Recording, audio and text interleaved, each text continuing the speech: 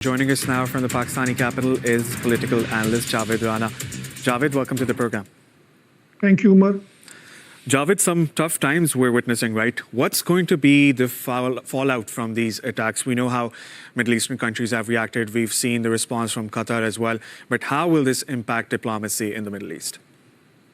Well, I think diplomatic fallout is quite obvious. Even Israel's own partners in the Europe, like UK, France, and other countries, they all have come up with a statement which is almost condemning this horrible attack. But again, the bigger problem is that does this fallout, this diplomatic fallout for apartheid Israel matter? The answer is no, because for Israel, it looks like that Israel seems to have now very safely assumed that whatever it undertakes, it doesn't matter. International reaction simply doesn't matter because they are controlling all wheels of power in the Europe, all wheels of power in Washington.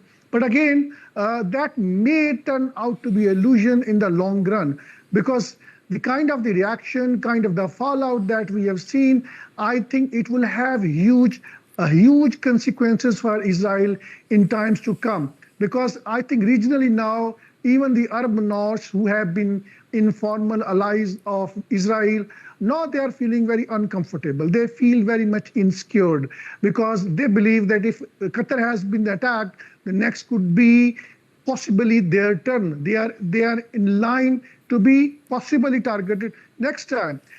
Also in the context that Israel's Prime Minister has said that, quote unquote, he spiritually feels connected with the cause of greater Israel. I think that explains everything. That explains everything what Israel intends to do it. I think it would be understatement to say that Israel's Prime Minister Netanyahu is following his expansionist design just because he's facing tough political time at home. I think domestic reasons is just an isolated picture. We have to see the broader picture. This is not for the sake of the repetition. This is a very systematic, fascist, religious, ideological agenda of apartheid state, where nobody matters, where Arabs don't matter, where Muslims don't matter, where Palestinians don't matter. And whatever they want to do, they are doing it. Now, we have seen the hypocritical statement coming from President Donald Trump.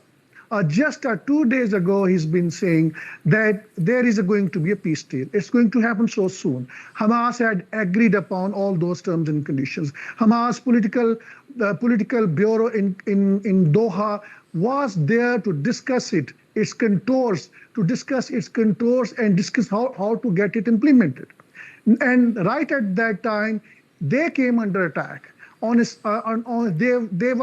were supposedly on a safe place, a country which is a so-called ally of the USA.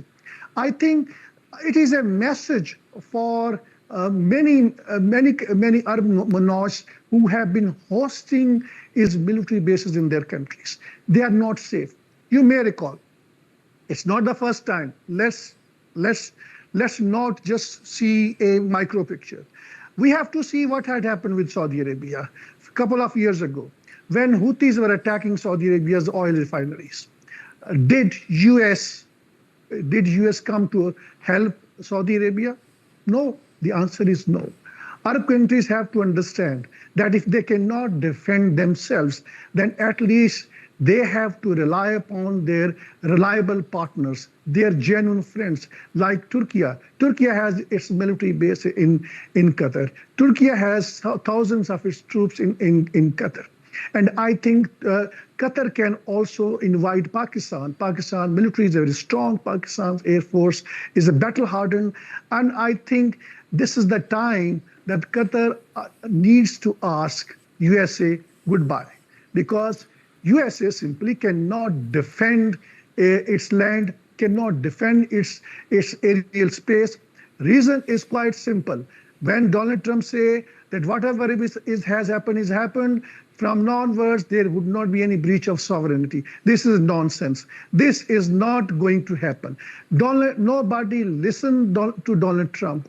Donald Trump has power, but Donald Trump has huge weaknesses. He is being controlled by the Epstein file. His sex scandals with underage teenage girls is at the heart of the problem, because he's being blackmailed, he's being exploited by Israel's intelligence network like Mossad. And that is why he has not been able to undertake any meaningful action against apartheid Israel. And that is why we have seen that even during his tenure, we have seen that he accorded recognition to the Golan Heights, which is a disputed territory. He had no problem when Israel made Jerusalem as its capital. He recognized it. And then he came up with the so-called Ibrahim Accord, just to make the Muslim countries foolish. And he has made them very, very successful foolish. We have seen that this was the Ibrahim Accord, because of which Hamas and Palestinian jihadi leaders, Palestinian people, they felt isolated. They thought that this two-state solution is going to be over. That is why October 7, 2023, military operation was undertaken by Hamas. It is a Ibrahim Accord, which was at the heart of the problem. All I'm saying is US is a part of the problem, is not part of the solution. It cannot, and it has not, and it would not defend any Arab countries. Qatar has to realize it. Qatar has to indigenize its defense. Qatar has to recruit its own citizens. It has to get citizens from the other Muslim countries, has to build up its own bigger military force, has to build up its own bigger air force, and hugely depend on Turkey, which is obviously very reliable partner, proven partner. And then again, I have to repeat it, Pakistan. Pakistan's military can help Qatar. It's not the USA which can save Qatar. All we have been to Qatar, Doha. It's a very sophisticated, refined capital. Look at the scale of the infrastructure that Qatar has built over the period of the time. But again, no, Israel doesn't care about anything. It has basically demolished the peaceful environment in Qatar. The venue, the site where attack happened, I think not far from there were schools, were the embassies. Foreign embassies were there, but Israel simply doesn't care. All I'm saying is that this is the high time that the Arab monarchs, this Gulf Cooperation Council, they need to have an emergency meeting, and I think they need to have bigger strategy where they should not just focus on Hamas. They should not focus on supporting behind the scene to Israel to eliminate Hamas. This is a micro picture. The bigger picture is that their own states are now under threat. Javed, you were mentioning about the Abraham Accords. I have a question about that. But before I get to that question, I want to ask you, how did Israel manage to penetrate the Qatari airspace? Because there's the Al Udeid Air Base as well, the United States' biggest military air base in the Middle East. So what was going on last night? I think Mossad's intelligence network is there. It's everywhere in the Middle East. They have managed to penetrate. They knew about the movements of Hamas leaders in Qatar. And once they had the intelligence, then carrying out an attack is not something big, because they have all kind of the weaponaries with the help of the satellite. They can precisely locate about the locations of these leaders, and they did it. Out of luck, most of them have survived, because Israel has always been against the top leadership. Now the bigger problem is that this managing how to penetrate inside Qatar, I don't think there is a bigger problem. Also, we have to see it with a pinch of salt. If we think that U.S. intelligence was there to inform Qatar, I think we should not be fool ourselves. That was not the case. As a matter of fact, the U.S. military assets were helping out. That's my assessment. They were helping out, providing all kind of intelligence, providing all kind of aerial intelligence to the apartheid Israel, helping it to carry out this attack. So all I'm saying is that all these military assets of the Americans have turned out to be, in fact, counterproductive. They are in partnership, in league with the apartheid Israel, which is pursuing an obvious expansionist agenda. Now we are looking at, again, a smaller picture, a micro picture, where Israel has been carrying out on the neighboring countries, on the Arab countries. Once this Gaza episode is over, this genocide is over, God forbid, if all Palestinians are expelled to somewhere else, then we know the next target is the occupied West Bank, where already simultaneously they are carrying out so-called genocidal military operations there. Not very different to what is happening in Gaza. Then I think there would be full-scale attacks on the neighboring countries, more particularly on Syria. That would be the beginning point. And then they will go after, under some pretext, in Egypt, and then Jordan. And finally, they would move towards Saudi Arabia. This is not something that I am predicting. This is something which Israel's analysts, which Israel's historians, they have written books. They have already laid down their plan, what they intend to do. And again, I have to here recall and remind you of what Turkey has been proposing during OIC conference, along with Iran and other countries, that there has to be a trade bloc of apartheid Israel. Turkey has done it as unilaterally. It has an impact, but again, this impact has to be multiplied, and this cannot happen unless Egypt, Jordan, Syria, Saudi Arabia, more particularly, they come into action in unison. That is not happening. Saudi Arabia, though, has not formally recognized the state of Israel, but at the same time, it has given airspace rights to Israel. Israel's passenger plane move freely over the airspace of Saudi Arabia. Israel's sporting activities are allowed inside Saudi Arabia. Israeli citizens are allowed even to enter in holy cities, Makkah, Mausma, and Medina Munawwara, which have been the target of the Zionists. They want to occupy these two holy lands. That is a part and parcel of their expansionist agenda. Everybody knows this.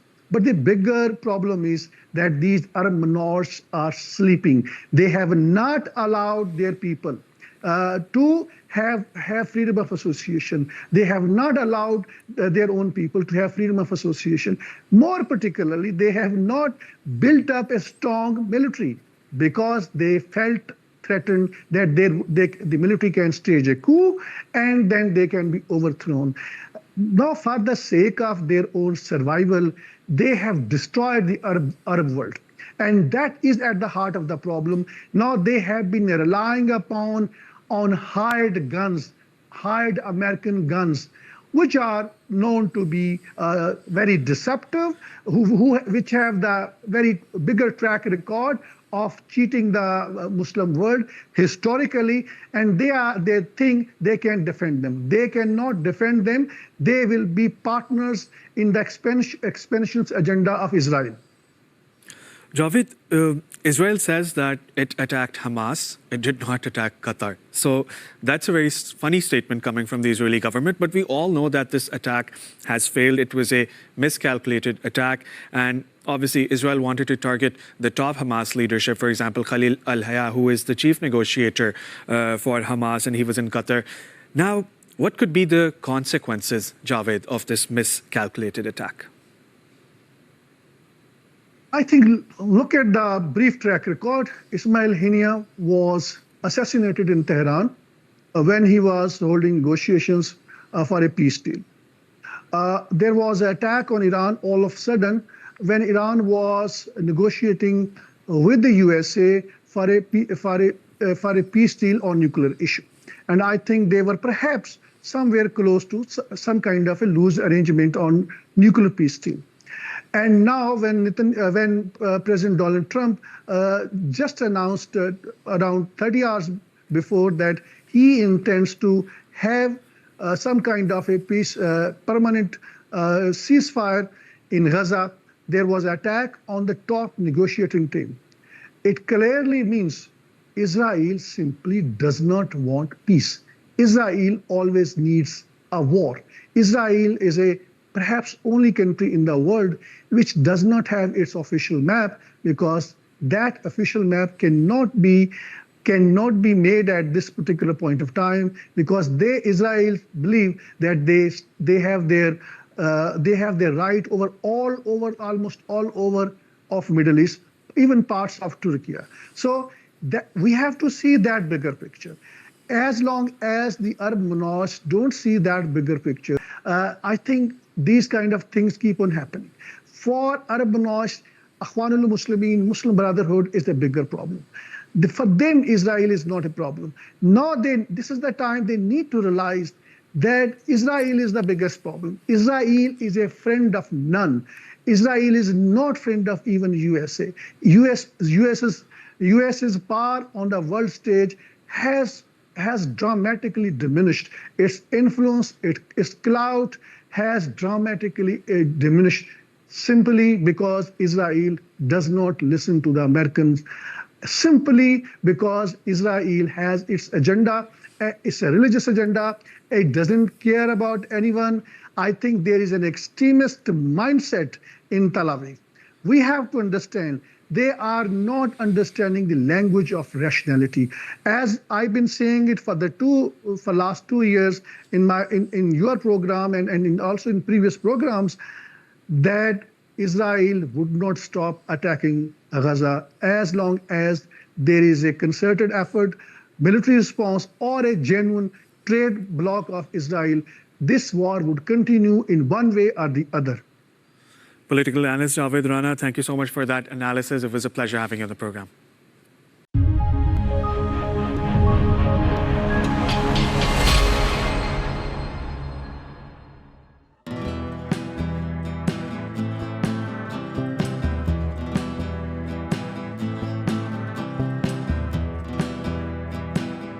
The growing tide of anti-Israel sentiments.